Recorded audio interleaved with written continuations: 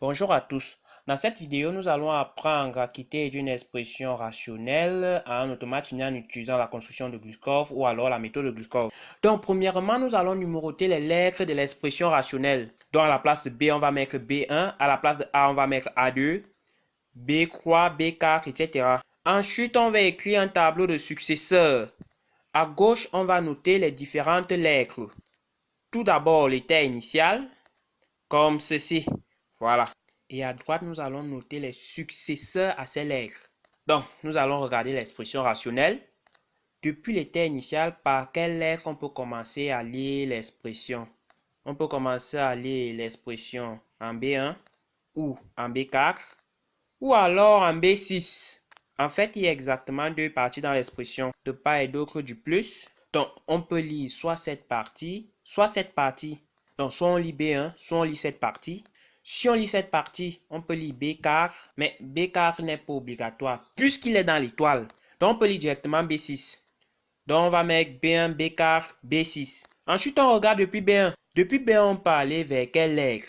Depuis B1, on peut aller vers A2, mais le A2 n'est pas obligatoire car il y a une étoile. Donc, on peut également terminer la lecture. On peut lire B1, puis terminer. Donc, les successeurs sont A2, puis on peut terminer. Donc, on va encadrer B1, comme ceci. Voilà. Ensuite, regardons pour A2. Depuis A2, on est obligé de lire B3 ici.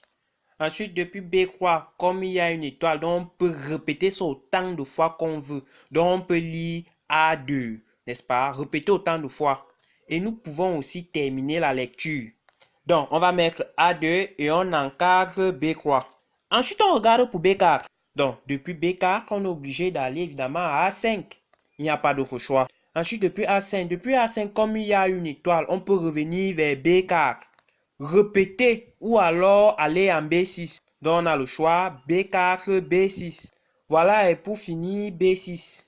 Donc, B6, on voit qu'il n'y a aucun successeur. Donc, nous, on va mettre comme ceci. Donc, on peut voir aussi qu'on termine la lecture de l'expression en B6. Donc, on encadre. Donc, maintenant, on peut construire l'automate facilement à partir de ce tableau de successeurs. Donc, c'est très simple. On va commencer par placer l'état initial. Donc, ensuite, on regarde depuis l'état initial vers où on peut aller. On peut aller en B1, B4, B6. Donc, on va commencer pour B1. B1, on va faire une transition vers 1. Et c'est une transition B.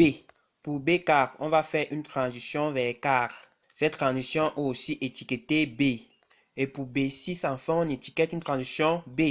Voilà, ensuite, on regarde. Depuis B1, on peut aller vers où? On peut aller vers A2. Donc, on va faire une transition vers A2. Et c'est une transition étiquetée A. Ah oui, j'avais oublié. Notons que le B1 est une transition finale. Nous l'avons encadré. Il est bien encadré, donc nous allons faire de même sur l'automate.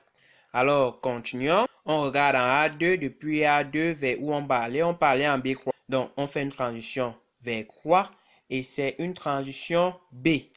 Ensuite, B4, on peut aller en A5. On fait une transition vers 5. Une transition étiquetée A. Ensuite, on regarde A5. A5 peut aller en B4 ou alors en B6. Donc, on fait une transition vers 4 étiquetée B. Une transition vers 6. Cette transition est étiquetée B. Ensuite, B6, ben là, on voit qu'il n'y a pas de successeur. Donc, on voit que c'est encadré. On va noter 6 comme état final. Et on va aussi noter 3 comme état final. J'avais oublié car il était encadré.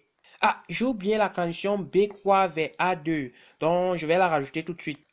Voilà. Et donc là, on a l'automate fini, équivalent à cette expression rationnelle que l'on a construit grâce à la construction de Gluskov ou la méthode de Gluskov. Si cette vidéo vous a plu, je vous invite à regarder mes autres vidéos sur ma chaîne YouTube Justin Clément Ava.